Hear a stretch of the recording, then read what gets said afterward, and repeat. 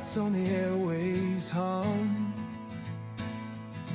Hear the tales of where they're from. Stories whispered, not in lies. Jobs they held through changing times. Hi, everyone, and welcome back to Amplify Your Signal, where we elevate stories, amplify voices, and support one another one episode at a time. I'm your host, Nicole Roberts, and today I'm joined by Pamela McWhorter, an award-winning copywriter who spent nearly 2 decades crafting compelling content for industries ranging from finance to pharma. Behind the impressive portfolio is a storyteller who's learning to write a new chapter, one that embraces vulnerability, reinvention, and the very human experience of starting over. Pamela, welcome to the show. Please introduce yourself. Hey, Nicole, it's great to be here. And thanks a lot for having a platform like this. It's amazing. So, you summed it up quite nicely. I'd say, like, for most of my career, I've used words and putting on a show in one form or another. I've dressed mannequins. I've partied at the Warner Brothers prop shop. I've even found myself at a Paddington Bear parade inside a mall. But for the last 20 years, I've been a copywriter. And for the last 4 years, I was in promotional medical education, which for our listeners out here, that means when pharmaceutical companies hire doctors to talk to other doctors about disease states and about branded medications. So yeah, it's great to be here. Interesting. And we're definitely going to get into that. Yeah. So it is always the slightly terrifying steps that end up really teaching us the most. Mm-hmm. What's one of the scary things that you've done lately that helped you grow? That helped me grow. Well, um, I know we talked a little bit about this. This past Saturday, it was one of the last bonus weekends at Kings Island, and we live right down the road from it. And I rode Mystic Timbers, and my husband faithfully stood in line with me. And then when it was his, found a graceful exit.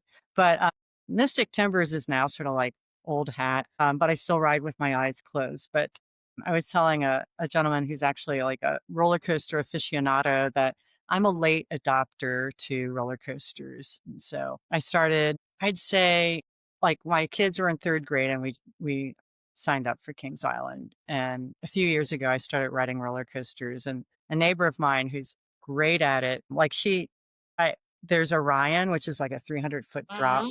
Mm-hmm. And I ran into her and I'm like, will you ride it with me? And she said, sure. So then we were like riding, a few days later, we're riding it, and I'm terrified and I'm feeling very close to my creator. She's talking about grocery lists, so we're going up the hill.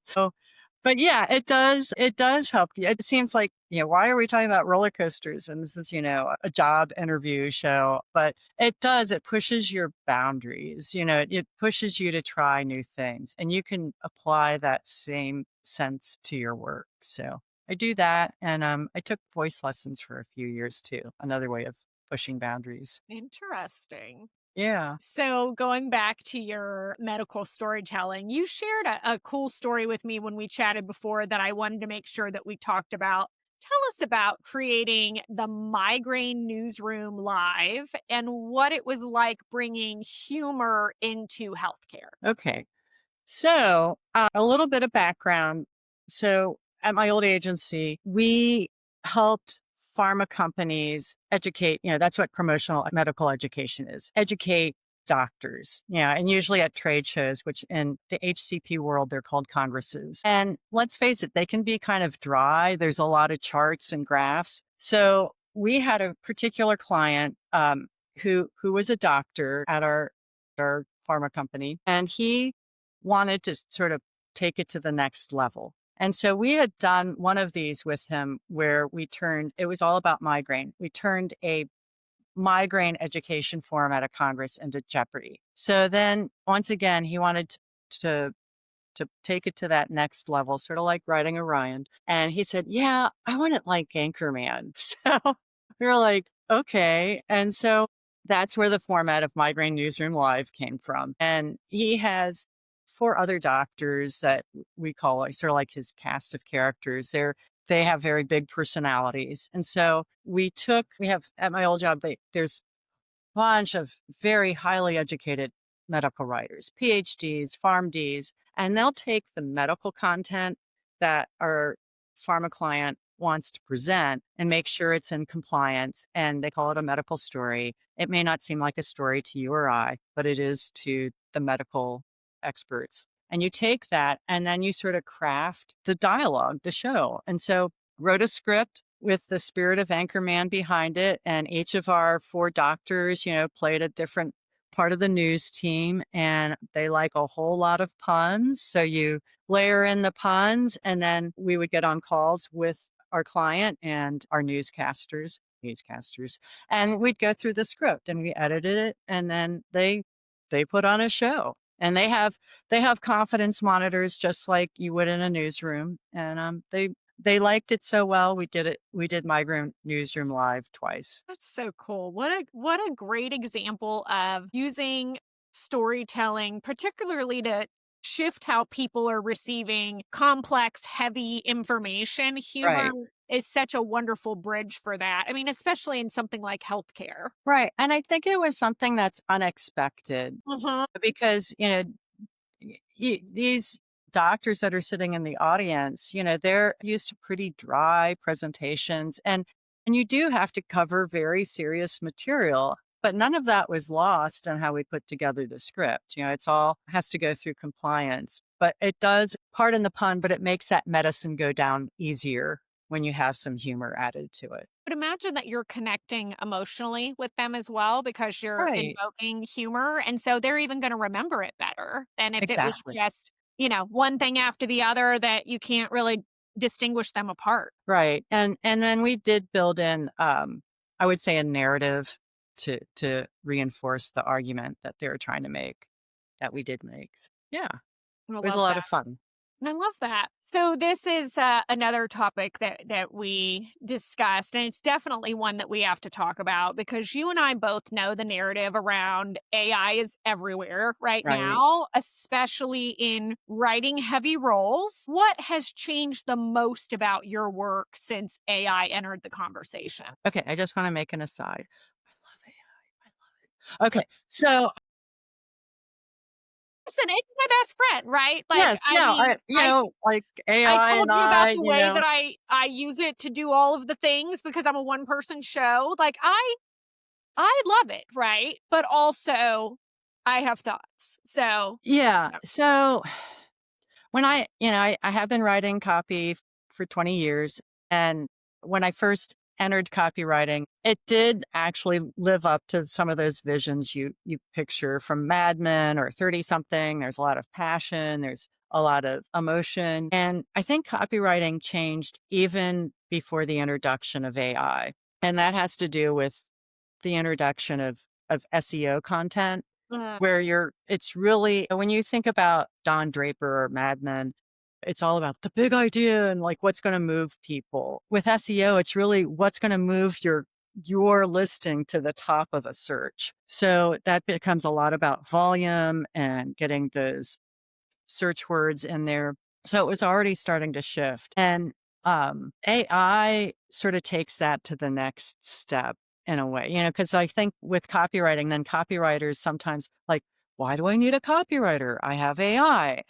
But copywriters use AI as well. I've used it for idea generation. And the thing about AI, and I think it's a double-edged sword, it doesn't have emotion. So it's not going to have writer's block. It's not going to be Jack Nicholson in The Shining, where, he's all fun and no play makes Jack a bad boy or whatever. And so that's why, you can give it a prompt and in less than a second later, it can literally write a novel for you.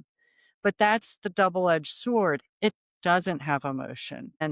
And it's those parts of emotion that I think can make the surprising leaps. I mean, AI, and I'm oversimplifying this, I am not by any means an IT person, but AI is like a vacuum cleaner through the internet. And it's taking all the pre-made human thought, putting it together and reconfiguring it. It has supercomputers that can put things together faster than we can ever imagine, but it's still not something new. I don't have the final answer. I just know that there's some things, which I'll share later, that I think a human writer can do that AI can't do. And you just have to know when to use it, because it's Don Draper, that's emotion and that's a TV show, and businesses are out to make money. So I understand why there's AI. But one final thought. So there's a very famous novelist from the 1800s. She'd go by the pseudonym George Eliot. Her name was Marianne Evans. She'd write these novels called Middlemarch that are literally like 2 inches thick. When she would complete a novel, she would go to bed because it took emotion out of her. It took something out of her. AI doesn't sleep.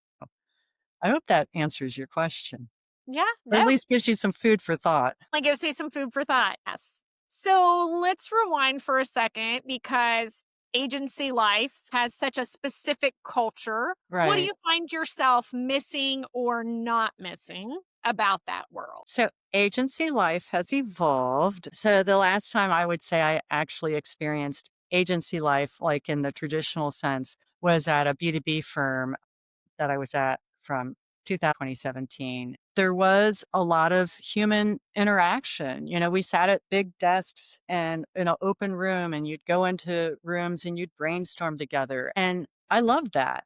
And we would all take turns. We had to pitch ideas internally, like literally the floor was a stage. One thing I really loved about this particular place is that once a quarter, they would have what they called inspiration sessions, where they would take, let's say, you would team up and you would get like a crazy, like an insane creative assignment, like make a movie in 2 hours, or they did a lot of Iron Chef takes, because this is about 10 years ago or so. So you would team up with people, like you might work with an account person you haven't worked before, or an IT person, but like we would get reconfigured into different teams, and we would come up with, meet that, we would be a team and come up with that challenge.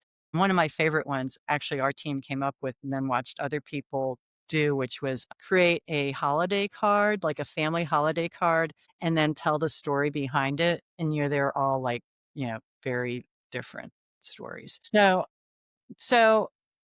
that was great. I do miss that. When you're in a remote work setting, you don't get those opportunities to interact. But the other thing with agency life, I mean, I'm out of the loop for a few months, but I haven't been gone from agency life that long. But it has, I think for all agencies, it's evolved. Like that agency I'm talking about, it was bought by another company and then another company. And I think, um, there's like a little bit of a concern sometimes of looking at the bottom line and not understanding that investment and time and building those dynamics pays off in dividends that you don't get if you're just looking at billability all the time. Right. It's Yeah. worth the investment, worth, in the long term. Definitely. Definitely. That shift to remote has reshaped so many of our assumptions about presence and collaboration. How is that changing the way that you show up? That's a good one. Well, I think you have to be just like what you would in 3D life. You have to be yourself. You have to be authentic. Luckily, I'm a good typist, so that means I can sort of type the way I talk. But I do think you have to be intentional with making those connections with people, and especially making those connections with people outside the Teams meeting that you're in. One thing that my previous employer did that I thought was really nice. They have different channels. Maybe it's about cooking. Somebody was really into birds, and we were all like, we would join the bird channel. And I thought, that was great. But then also to have like, with that employer, I do have some outside friendships, and every once in a while we'll see each other. I would travel. They would have this running event, and I'd join a few people and we'd run. I'm terrible. One person would say, "Oh, I never run." And it's like, then why are you faster than me? So, you know, so yeah, I think there's ways to make remote work. But especially if you add a little bit of BD contact in there as well. Yeah. I love what you said about the channel with the cooking or with the birds or whatever. Like, what a great way to find ways that we have commonality and just kind of connect as people. I was part of organizations that had like a channel where you shared your pet photos, right? Like Oh, nobody, right. No, we would do that. Yeah, we had, only yeah. sociopaths don't want to see your pets, right? So think that, I mean, that should be just a way that we're weeding people out in the interview process. Speaking of Speaking staying of, pets, yeah, hi, she, Kitty. she I love, decided on cue. I love that. I love it. Okay, I love Emma. it. Off, off. Okay. Love it. So you have been navigating this transition with so much intentionality.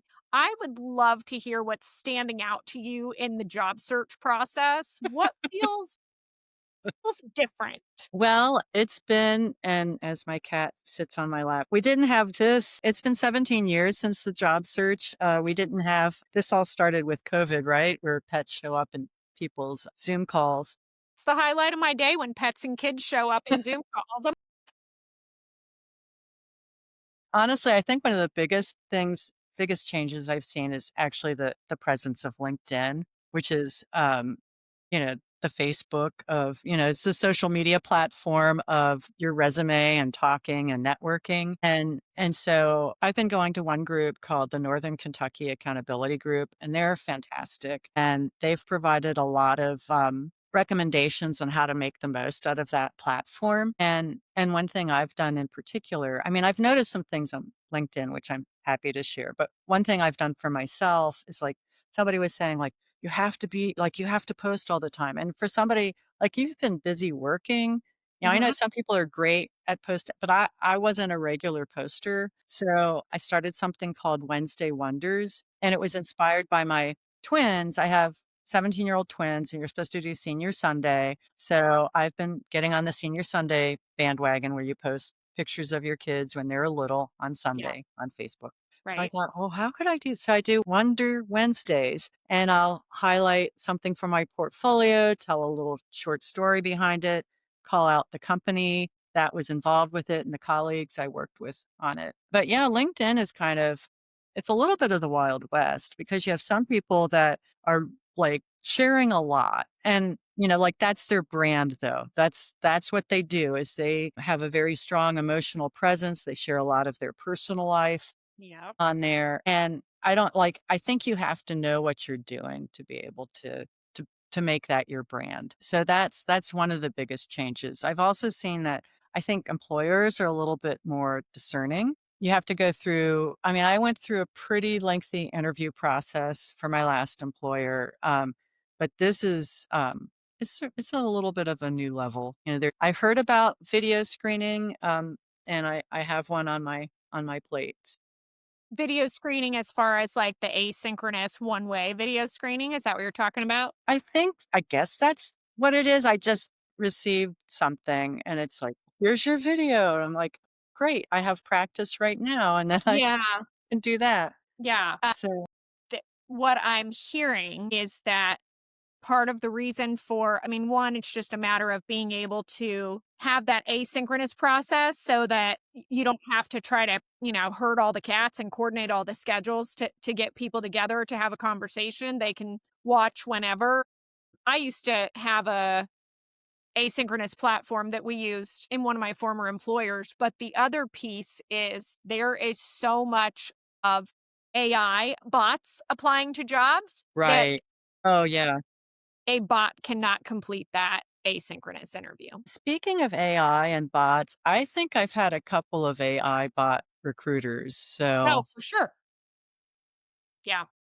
yeah, new world. What was a key indicator to you that that was a bot? I think it was the email that said, "Hey, this job you applied to, I didn't apply to this job. I've never heard of this company." That Mm, was a clue for me.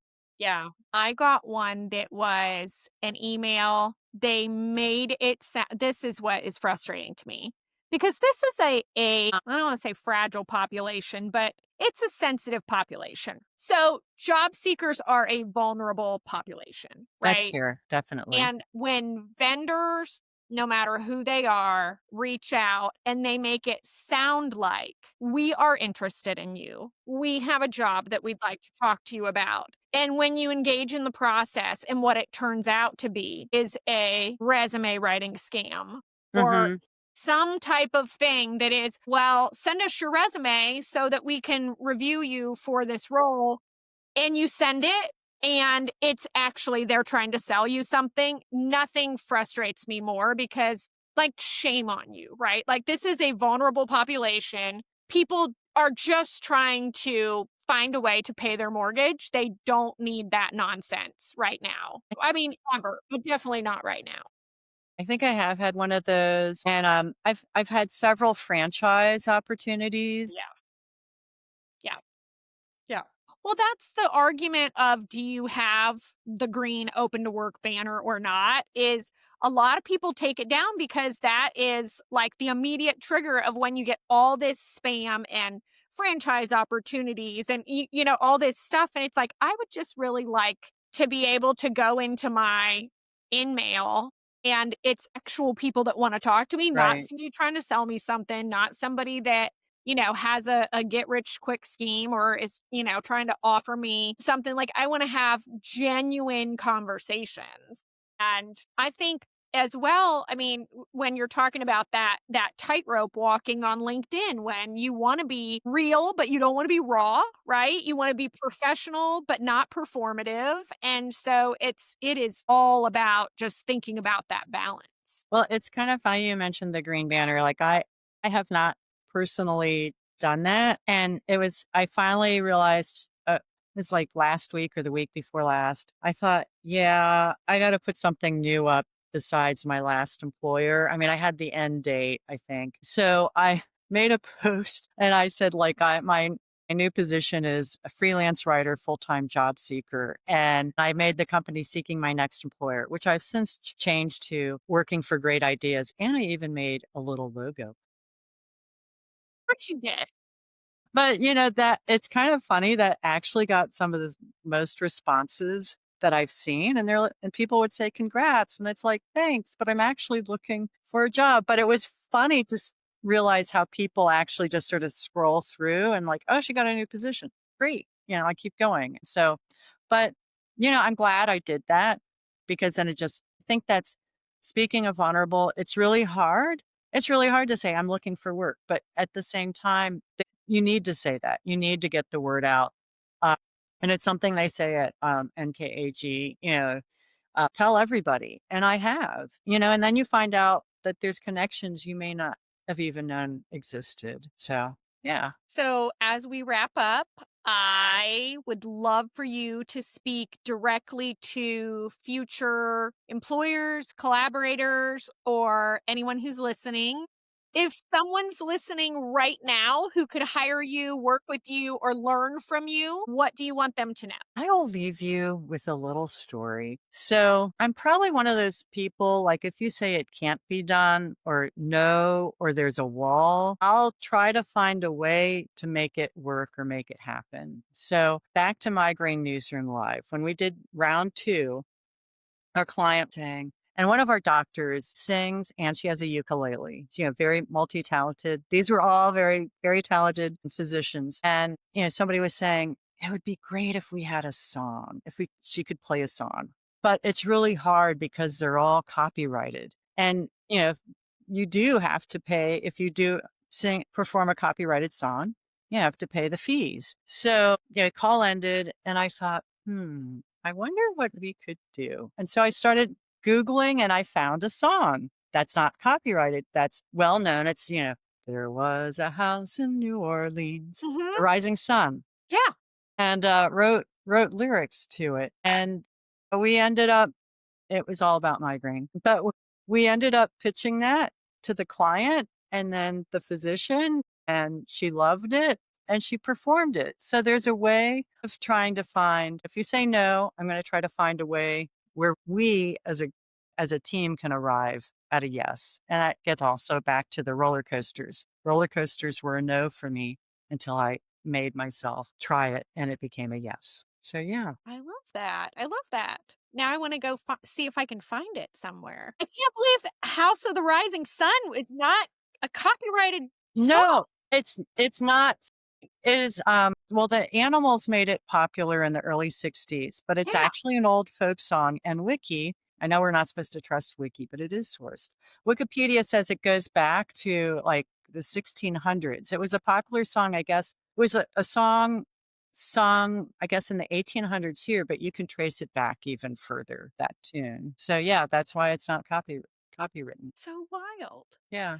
I love So this. I learn new things all the time. And, you get to share your story. I get to learn new things. And I just love it. So, where can people connect with you and learn more about your work? okay, well, glad you asked. You can find me on LinkedIn. And then you can also learn about my background there. Also, I have a portfolio site called PamelaMcWhorter.com. No punctuation. It's just PamelaMcWhorter.com. And then you can see print work, reports, fun things. There's even a short story that is beautifully illustrated by a friend of mine, a designer, that we are actually producing for Family Cancer Care as a fundraiser. They had a change in leadership, so it moved on, but it's out there, and it's about Camp Courage. Yeah. But that's where you can find me. My website, my portfolio is always ready and open to explore. I love So that. thanks a lot, Nicole.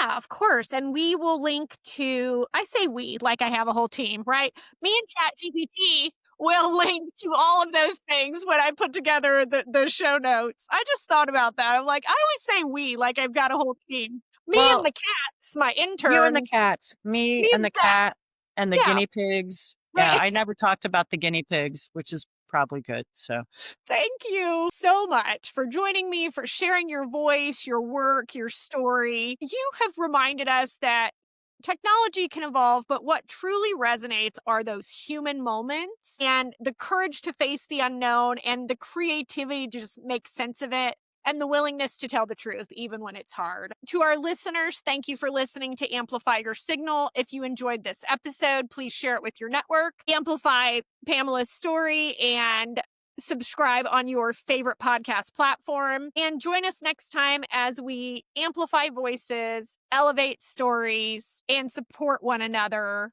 one episode at a time. thank you. Pages blank, but hearts alive. Through their journeys they still strive. Tales of passion, grit and grace. Every journey